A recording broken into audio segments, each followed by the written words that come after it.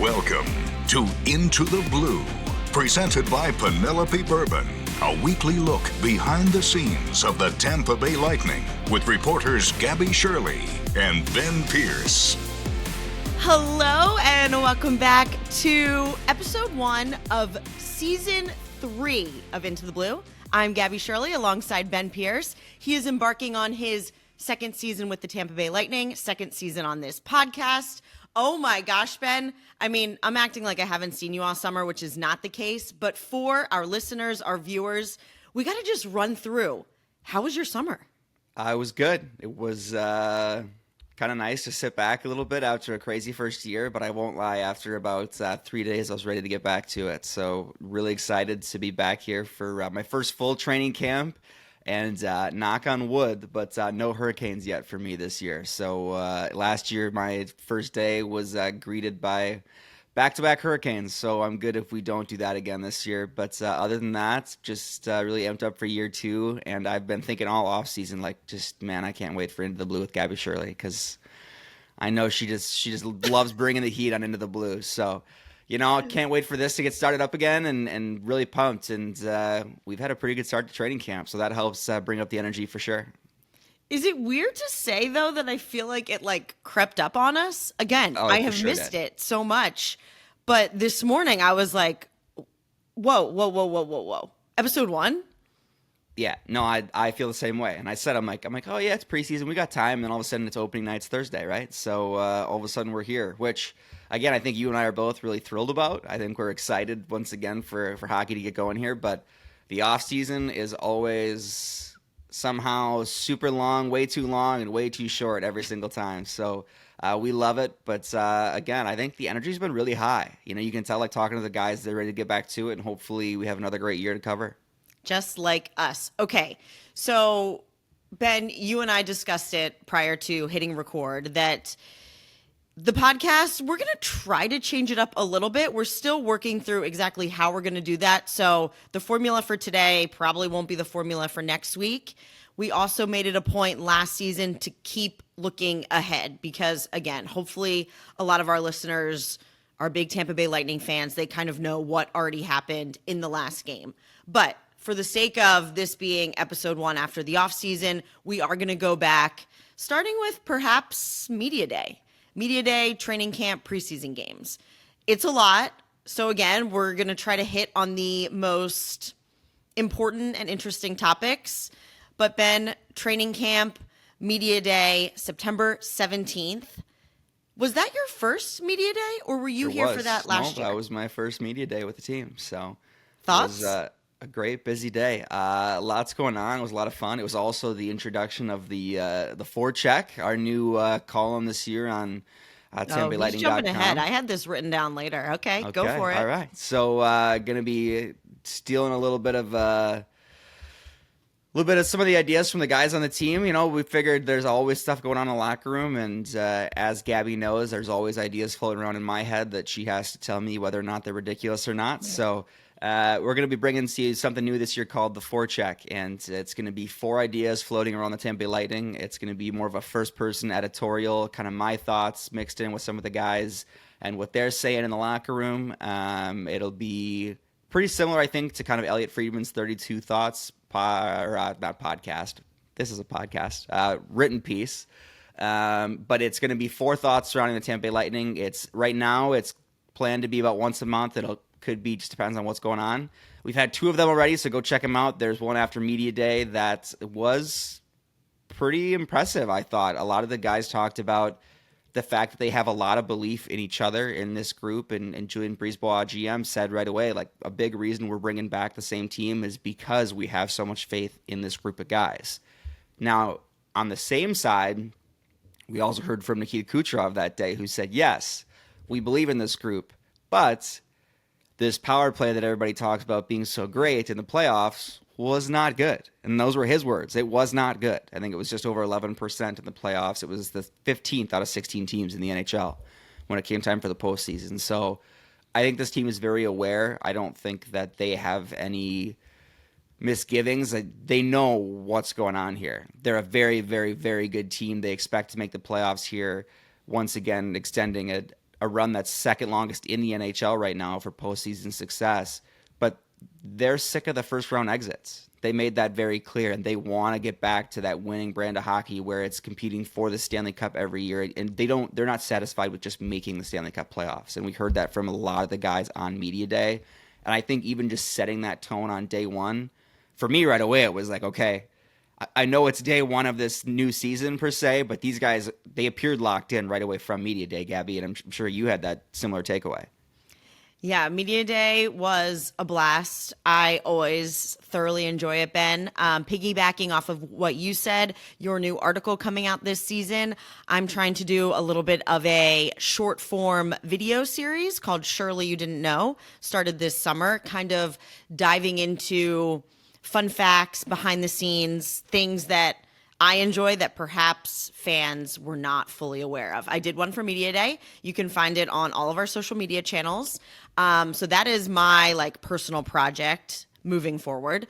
But yes, Ben, it was so great. I get a little bit distracted on Media Day just because I'm so excited to see everyone. Yeah, perhaps I've run into them here and there in the off season when we're at the office, when they're in town, but not that much. So seeing all the guys was great. I hate to put a negative spin on this, but I would say the biggest thing, tell me, Ben, if you disagree, coming out of Media Day was Julien Brisebois saying that Nick Paul has an upper body injury and will miss the start of the season, returning after, quote, the first part of November. So perhaps that is something that caught everyone by surprise. We know he was dinged up last season and into the playoffs, and Brisebois said, hey, we tried to do everything to fix that issue. Nothing worked, so we had to have surgery. So that was something that caught me off guard and something to keep an eye on. Yeah, and that's a big loss for this team. Obviously, we saw Nick Paul in the top six last year. We saw him kind of in that 3C role. He's a guy who's played on the power play, does some penalty killing. He does kind of fit that jack of all trades role for this group. Now, if there's a positive out of that, obviously the last thing you want is for a guy to start the season not healthy and have it get worse and have them not playing their best hockey, or worst case scenario, get hurt even worse and then they're out for the whole year. So hopefully when we do see Nick Paul, he's fully healthy, and no guy wants to miss time. But as important as Nick Paul is, particularly coming off a career year again last year, they need Nick Paul to be at his best, particularly come April, and I guarantee they would way rather have him miss a little bit of time in October than, say, in April and March. So it is unfortunate, but the door's open now for some guys to maybe squeeze their way into the NHL on opening night, and we've seen some guys do that in training camp, and I think that's been another big storyline here so far in training camp has been the work of guys like Dominic James and Jack Finley, particularly up front. But we've seen a lot of guys have really, really strong training camps that I think were considered bubble guys maybe at the beginning. But for me, another one's Dominic James, right? This is a guy that we didn't know much about, signed with the organization after not signing with the Chicago Blackhawks, who drafted him in 2022. And he's been phenomenal. He's one of the guys who's still here now, and final rosters are due today on Monday. So we'll see if he ends up making that final cut. But did you know much about Dominic James? This is a guy that I think a lot of people have been pleasantly surprised with.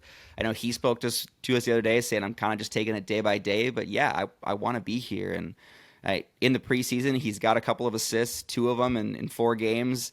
But he's been pretty good. And for a guy who came straight out of college and nobody knew much about, it looks like this guy's got a real shot to make the team. And he's been pretty feisty, and he actually last night played, Saturday night, played a team high 27 minutes in that penalty fest. Penalty fest that we'll get to later on. But we actually saw him at forward and defense in that game because of the lack of bodies. So clearly the coaching staff trusts the guy. But that's one name that I think is really popping off the page right now in training camp for a lot of people. Ben, of course I'm listening to every word you have to say, but as you were speaking, I'm scrolling down on my little notes page here to make sure I get it right, because yes, Dominic James, no, I had never heard his name before he arrived at training camp a few days late. And as you mentioned, he did not sign with the Blackhawks, which is the team that drafted him. And when we spoke to him, he said, yeah, I took my time. I wanted to weigh all of my options. So it seems that he did have other options to sign with other teams, Ben. He admitted that the summer was a bit stressful. And I believe you might have asked the question, like, why the Tampa Bay Lightning? And he seemed, without just praising the Lightning, to say, well, I talked to Julien Brisebois. He mentioned Ryan Fanti, a goaltender that's with the Lightning, a previous college teammate of his. Like, it sounded like he did his due diligence and perhaps got rave reviews from other people associated with the organization. That's why he chose to sign here. He said his family, his parents, his sister were obviously very much in the know during the entire process. But I asked him, okay, so like you knew it was coming, you sign at home. Who'd you tell first? And he said he threw it in a group chat to all his buddies. And the overwhelming response was, yeah, it's about time. So again, he waited till the very last second, arriving at training camp a few days late. But as you mentioned, is fitting right in, seems to be very well liked by coaching staff and teammates alike. And we've seen what he's done on the ice. He is very noticeable out there. And for those of you who don't know Dominic James, he's 23 years old. He told us the other day he prefers to play center, but he does play center, and we've also seen him on the wing in this camp. Like I said, he's got 2 assists so far in this camp in 4 games. But his speed, I think, has been the biggest thing for a lot of us that's really jumped off the page. For a Lightning team that I think has really built up that game in the corners, and they've tried to be a little bit of a tougher team as far as winning puck battles, things like that, they don't have that speed guy necessarily that just flies down the rush. I'd say Mitchell Chaffee brings a decent amount of speed to this team, but like Dominic James, even the other night against a full NHL roster, was flying down the ice, and he's looked very, very noticeable. And for a guy like that to come into a camp, and for those to wonder, like, is this real? Is this just a guy filling a spot for now? The other night, and I believe I'd have to go back, and I believe this would have been last Thursday's game, Dominic James was the only player left in Lightning training camp, and he was the only one of 2 players in that first game against Florida that has not played in the NHL yet. So he is in training camp now with a group of guys that all have at least one NHL game to their belt, which shows you, like, this is real. This guy's challenging for NHL time, because otherwise, why wouldn't you send a guy like that down? Because especially now that Syracuse is playing AHL games, they've started their preseason, let him get in the groove of professional hockey and things like that. No, they think this guy's got a shot, and he's shown it. So, I think in last Thursday's game, he took that nasty knee-on-knee hit, and what does he do? It's a preseason game. He sticks with the play, makes a beautiful pass to Connor Geekie, who then scores a disgusting, absolutely nasty spinorama goal the other way. But, like, he's really turned some heads this camp, and I think even if he does end up going down to Syracuse to start the year, I would guess, Shirls, we're probably going to see Dominic James at some point this year. He's showed, I think, that he earned at least some time in the NHL this year, whether that's now or later. But if nothing else, I think that speed has really, really been impressive for the 23-year-old who, like you said, we didn't know much about even a month ago. So it's good to see for an organization that sometimes doesn't get the credit it deserves as far as scouting and finding talent outside of the first round. This could be another guy that somehow the Tampa Bay Lightning find and really find a way to make a full-time NHLer maybe in the future. Yeah, Ben, I agree with you 100%.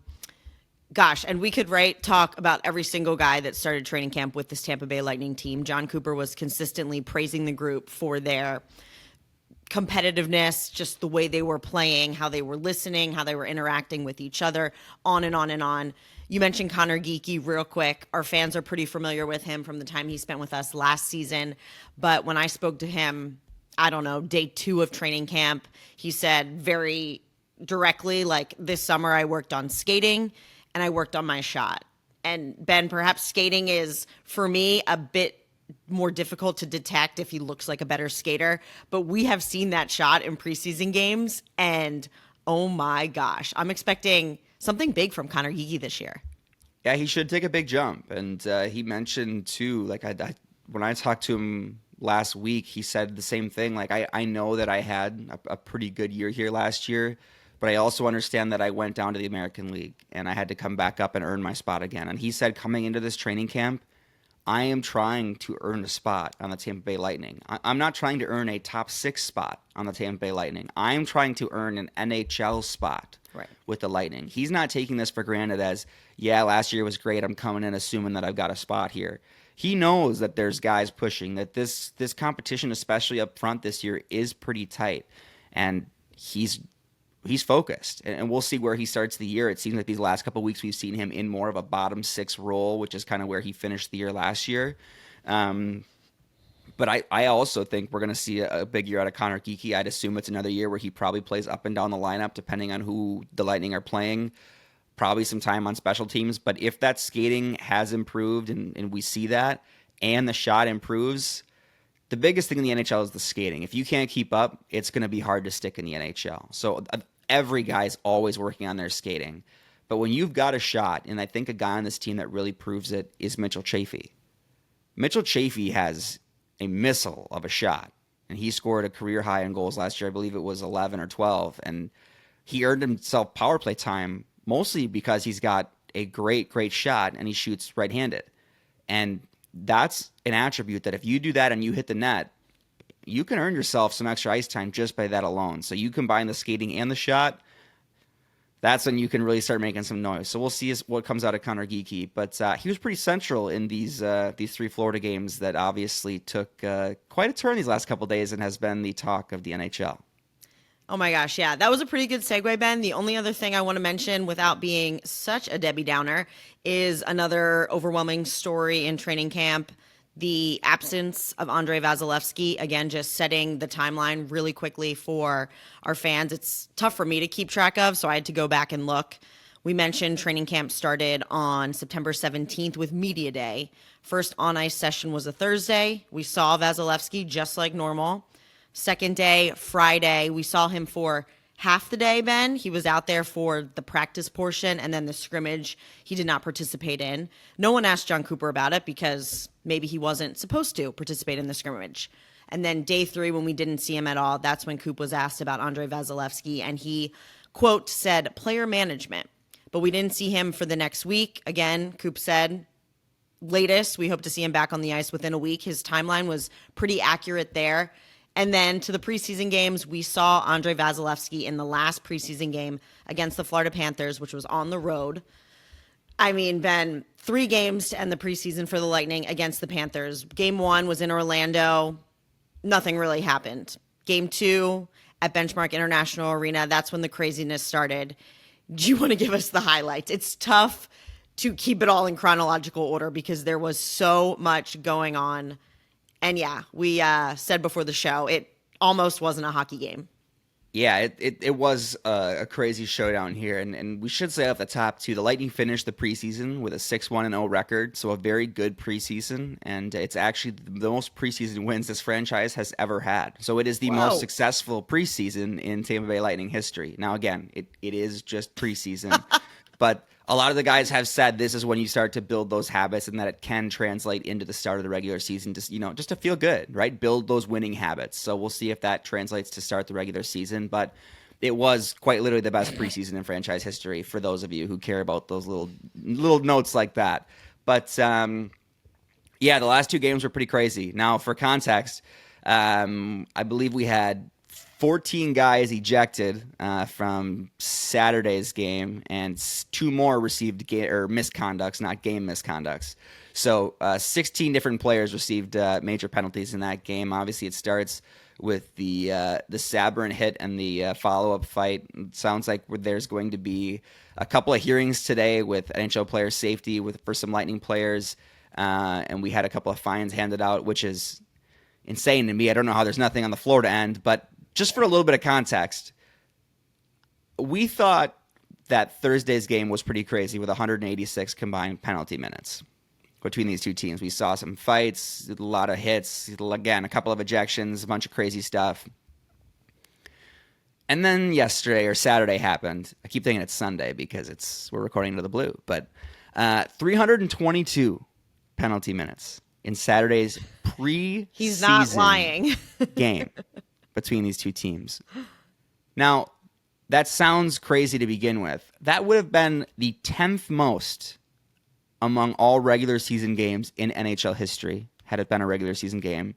And it would have been the most in any NHL game since February 2011 in a game between the Islanders and Pittsburgh Penguins with 346. So it has been 15 years almost. 65 and it was the preseason. Total penalties, 25 power plays. Yeah, my head was spinning, Ben, watching the game. Do we go back to the second to last game when it appeared to have all started with Greer and the cheap shots, the cross-checking, the punches to Brandon Hagel? Yeah, and I think you have to, right? Because I think the biggest thing about those preseason games, I thought Orlando was a little chippy, but it really wasn't bad. I think it's kind of what you'd expect, right? There was some physicality, and forgive me, I don't remember. There might have been one fight. I don't remember if Schmidt dropped the gloves in that game or not. I think perhaps he did, but it wasn't a big deal. Everything was fine. And then we get back to Benchmark International Arena, and of course, Florida Tampa Bay really ignites. And we saw these two teams in the playoffs last year. Obviously, there's the backstory with Hagel and the Ekblad incident last year. And for whatever reason, Florida forward A.J. Greer starts the preseason game and jumps Brandon Hagel, cross-checks him, and then punches him in the face, despite Hagel not having the puck. Hagel did leave the game and did not return. Now, the good news on that front, as Cooper said, everything was about trying to just make sure guys are healthy and ready to go for the season opener. So at least today on Monday, October 6th, it sounds like Hagel should be good to go for the season opener on Thursday. Fingers crossed. But we haven't seen Brandon Hagel since then. So no, we have not. Pretty unfortunate play. Obviously, whenever you lose one of your top six guys, a guy coming off a 90-point season, because some fourth-line guy is punching him in the face in a preseason game, in a play where the puck's not near, things are going to ignite. And they ignited. And obviously, we saw a couple of fights. We saw a lot of physicality. Florida was over 100 penalty minutes on Thursday night. And then on Saturday, the Lightning really came out to show, like, you want to play that style of game, we're willing to play that style of game. And again, this is the preseason. Like, this is all about sending a message that, listen, we might not be the big fighting, whatever team you want to call us. I know that we're more of a skilled team and we want to score goals and we're focused on the offense, but we're going to stick up for each other. And they showed that. I think we saw right away Scott Sabrin goes after Aaron Ekblad to start that game saying, you want to come after one of our star players? Watch this, right? And Ekblad wanted no piece of Sabrin. I don't blame Aaron Ekblad. Scott Sabrin's one tough cookie. That is a guy who's made a career out of being a physical force in pro hockey. So we'll see what happens here with the hearings today, if there's any further discipline from the NHL Department of Player Safety. But it was a chaotic Saturday night. I think the game lasted 3.5 hours, plenty of penalty minutes, and I think by the end of it, everybody was just ready to wrap up the preseason if they weren't already. And I mean, Scott Sabrin, like I said, fights in the beginning, and he had one of the fewest penalty totals with 5 minutes. So make that make sense. But Dylan Duke had 31 for the Lightning. I mean, it was a long, long night.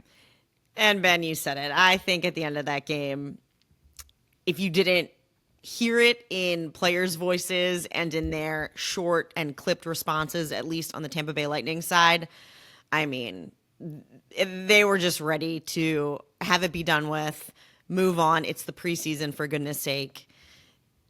It was a lot. It was a lot. Perhaps just watching the game, it was pretty entertaining, but although no one directly said this, I can only imagine from the player's standpoint, like, come on. No one wants to, enough is enough. No one wants to be getting hurt in a preseason game. Like, it was over the top. So, with that being said, let's move on. I guess I should add, Ben, right? The first regular season meeting between Lightning Panthers, November 15th. That will be something to circle on your calendar for sure. If it wasn't circled already, it definitely should be now. Circled already. This rivalry is nothing new. Okay. To the season, Ben. Oh my goodness. The Tampa Bay Lightning opened the season on Thursday at Benchmark International Arena. New name for our home. We touched on it a little bit, Ben, but really, who do we expect to make the opening night roster? Julien Brisebois said as much. They have a little bit more cap space. He's been throwing around the numbers 14 forwards, 7D. Like, there are going to be other guys on the team, more than we've seen perhaps in the past, which speaks to the competition that exists right there. Yeah, it is. The competition's been pretty fierce, and even some guys that have already been sent back, I think, have really established themselves as if nothing else, recall options for the Tampa Bay Lightning. They obviously went out and reacquired Boris Tkachuk this offseason, and I thought he showed pretty well in the preseason. I know you talked to him as well recently, so I think he's a pretty good option to come up at some point and play some games. But I think for me, we talked a little bit, pretty extensively about Dominic James, but another guy that looks like he's here to stay, at least to start the year now, is Jack Finley, the center we saw make his NHL debut last year. Was one of the most commonly seen forwards in the preseason for Tampa Bay. Did not score any points, but really showed his strength in the faceoff circle. And I think especially with the departure of Luke Glendening this offseason, there is that kind of that niche spot of, if we need a draw, if you can establish yourself as the go-to faceoff guy, there's time for you out here on the ice. And Finley did play a team-high 6 preseason games, so won 52% of his faceoffs in the preseason. So he's showed pretty well in the preseason. I think he's got that big build, 6'6", and I think people are hoping to maybe see some more physicality out of him as he grows into that. But listen, he's got his fans, and I know for sure, like, he's motivated. And again, another guy that's not going to take any of his opportunities for granted. That's a guy that, as of right now, is going to make this opening night roster and has a chance to probably begin on that as that fourth line center, if you will. I know, again, Coop doesn't love the third, fourth line verbiage, but I would guess that he starts there. And earlier in the preseason, we saw him as the lone forward on the 3-on-5 penalty kill. And I think that speaks volumes too. Like, this coaching staff trusts this guy, and he showed really well in the defensive zone as well. So Jack Finley jumps off the page. We saw Pontus Holmberg, an offseason acquisition for the first time in that crazy last preseason game. So it's good to see that after we did see him in a red jersey for a little bit during training camp. He looks like he'll be good to go for opening night. And again, another guy who's just going to bring some more depth to this team. He kills penalties. He's got a little bit of physical edge, but he can also bring some offense. And I would guess a guy who probably starts on the wing but can play center if needed. So there's options, and we talked about the forwards, and you mentioned 14 forwards to start. It's going to be interesting to see where they go with that, who ends up being quote-unquote number 14, and who the extra guys are. But defensively, too, it's going to be interesting because we saw 8-9 guys this year between Declan Carlisle and Max Crozier, who looks to be like he's going to be in that top 7 for sure defense to start the group. And the fact that the Lightning can again go 12-6, 12 forwards, 6 defensemen, or 11 forwards and 7 defensemen. Yep. They've got flexibility this year. And Declan Carlisle yesterday was placed on waivers by the Lightning for assignment to the Syracuse Crunch, but he showed really strong in the preseason as well. So assuming he clears and gets assigned to the American Hockey League, Declan Carlisle, again, is a guy who's probably going to play NHL games this year. And Rowan Schmidt brought that physicality, and we saw him again the other night. Like, there's guys pushing for ice time right now in this organization in different roles. And I think the fact that you've got 8 defensemen that could come in, maybe 9 that could play NHL minutes right now, that's a great, great sign. And we saw the competition, and I'll turn it over to you on this note. Are the Tampa Bay Lightning going to start the season with 3 goalies at the NHL level? Because it's looking like Phoenix Copley might be here to stay, at least for now. And you know, Ben, I did not have that on my quote-unquote bingo card. And even right now in my notes, again, just based on what I've heard, I have 14 forwards, 7D, 2 goalies. So I don't know what is going to happen. That is a very, very good question. I'm interested to see how it pans out. Phoenix Copley, we saw him in that final preseason game just in the last period there. Yeah, he did look good. We had a chance to talk to him a little bit. Obviously, he said it was pretty crazy. He got the call, got on a plane, flew all the way from LA, was on the ice the very next day. I don't know. I don't think they would carry 3, but I don't know what that it means exactly for the 3 that they have.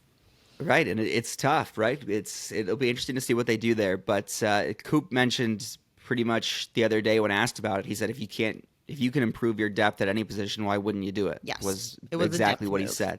Yep. So we'll see. But if Phoenix Copley does stay around in the organization, it's another great piece to have. He's 33. He's got a fantastic NHL record. He's played for multiple NHL organizations, and we'll see if he ends up sticking around or if he does get placed on waivers if the Los Angeles Kings try to pluck him back. But you never know. It just shows that right when you think you got the whole picture figured out, there's always something around the corner. So it's been one of those preseasons where there's always a new storyline to follow. And all the goalies, though, this preseason showed pretty well, and it was good to see Vasi play that last game. And I know he allowed 6 goals the other night. 5 of them were on the power play. Right, it's hard for a goalie to get into a groove. He stopped 7 of 8 at even strength, and just to see him on the ice was a positive step. And Coop said as much post game. So absolutely. I think there's a lot of positivity going into the regular season. Great, Ben. Based on time, we could go on and on and on about how excited we are for Thursday night, the first game of the regular season for the Tampa Bay Lightning at home against the Ottawa Senators. But we're gonna move on again because we have practice coming up here.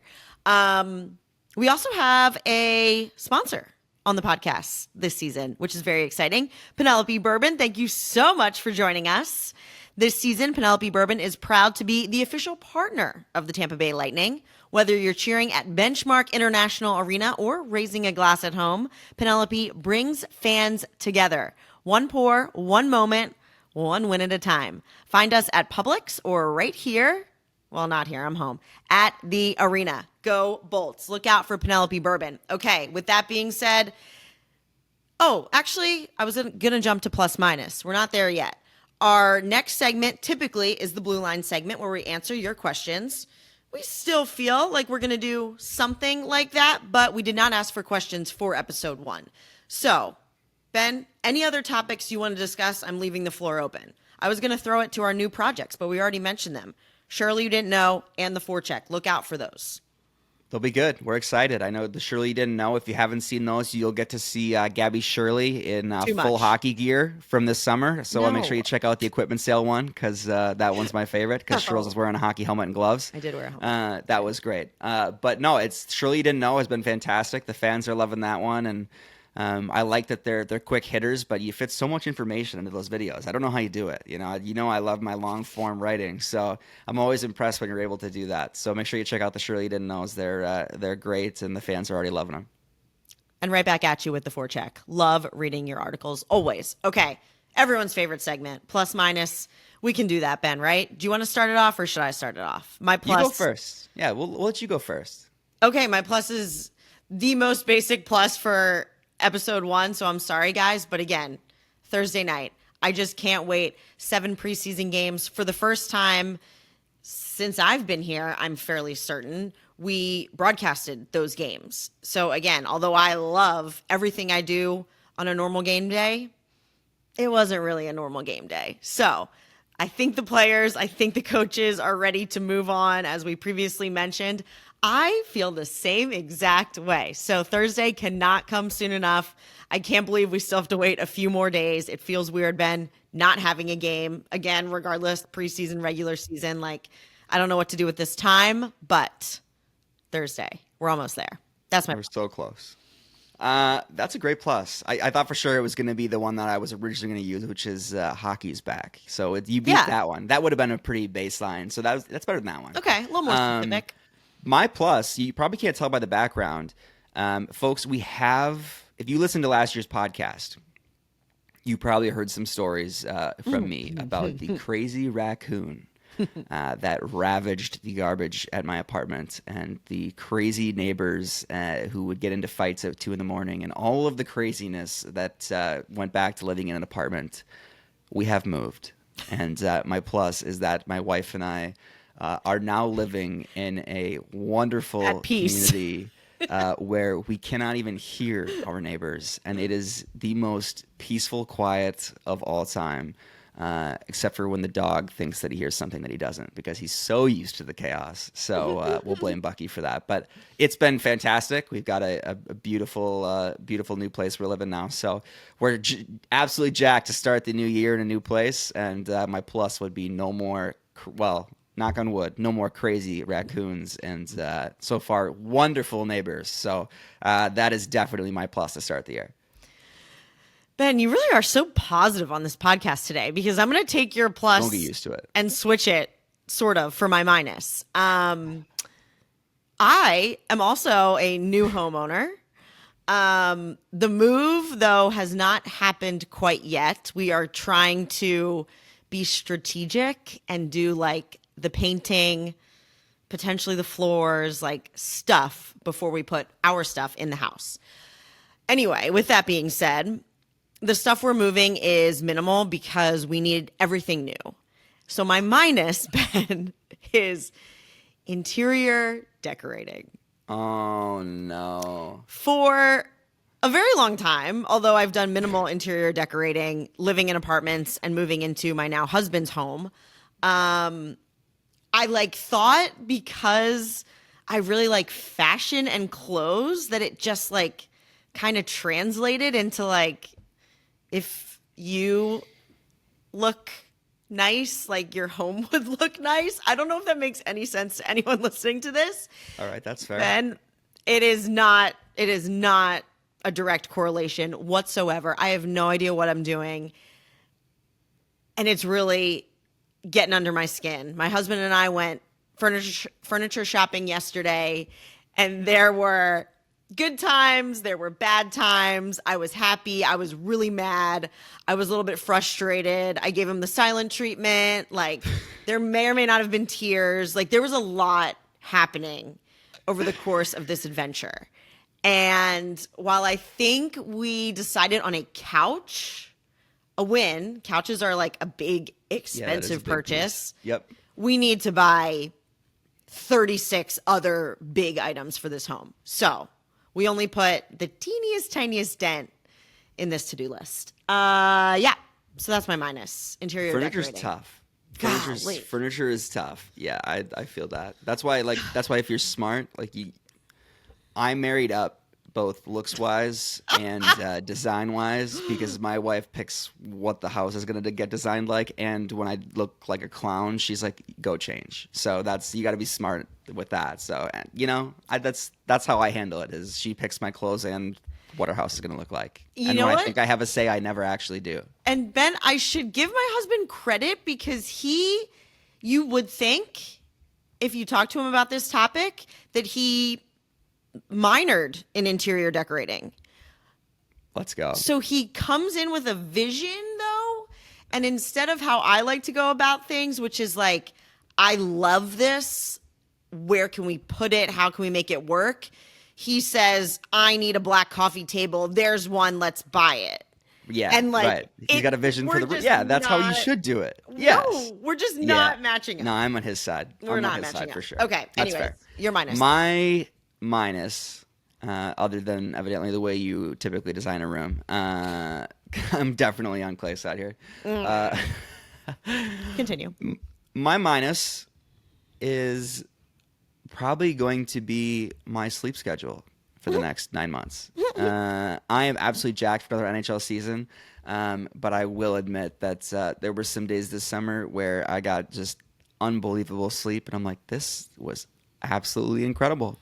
Can't wait for another great season, but I will miss those wonderful occasional 10-hour nights of sleep. So I know that's nowhere in my future, so I will miss those sweet dreams. But I am so excited for another season. My minus will be missing out on some good sleep in the meantime.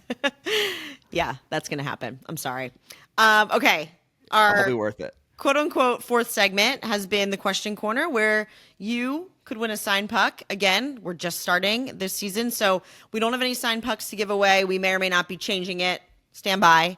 But we just thought we would run through quickly, because again, lots of people in all different areas, but where to watch Tampa Bay Lightning games this season.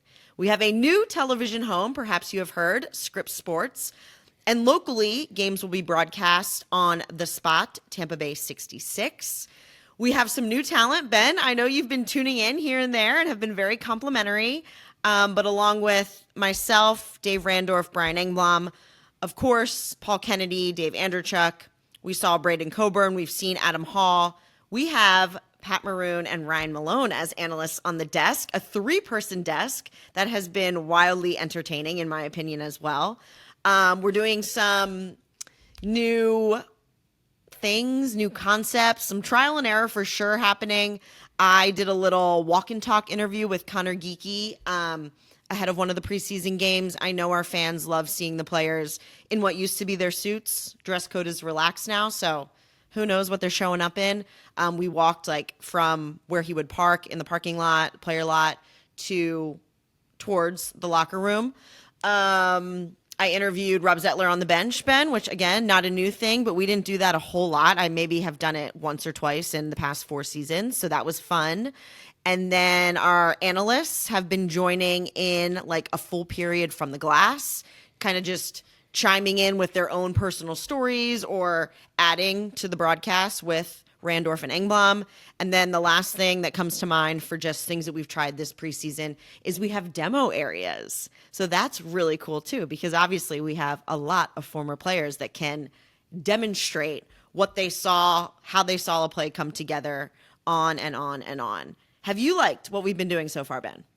It's been great. And I think, too, you talked about Pat Maroon and Ryan Malone. I think they add such a fun dynamic to it all. Obviously, those guys are fan favorites, and I think they've just brought a lot of good energy. This has been such a good start to the year. And I know you guys are just getting started, right? I know you guys have big plans for this broadcast, and it should be a blast. The big thing is I know you guys wanted to make this accessible to everybody in the Tampa Bay area, and you've done it. So I know it's been a big undertaking, and you guys have a lot still in your goals, but so far it's been fantastic. So I'm really excited to see where you guys take it. Thank you so much. Yes, for everyone wanting to tune in, if you're having trouble, because we know it's been a change for a lot of people, a lot of viewers, understandable, you can go to www.tampabaylightning.com/how-to-watch. There are a lot of different tools on there to help you figure out exactly how to get Tampa Bay Lightning games this season. But with that being said, Ben, I think we've gone a little bit past our 30-minute mark. That's okay. Typical. We had a lot to say.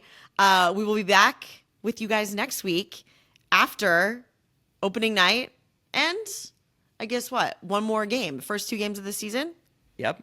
Oh my gosh. It's almost here. Can't wait. Let's go.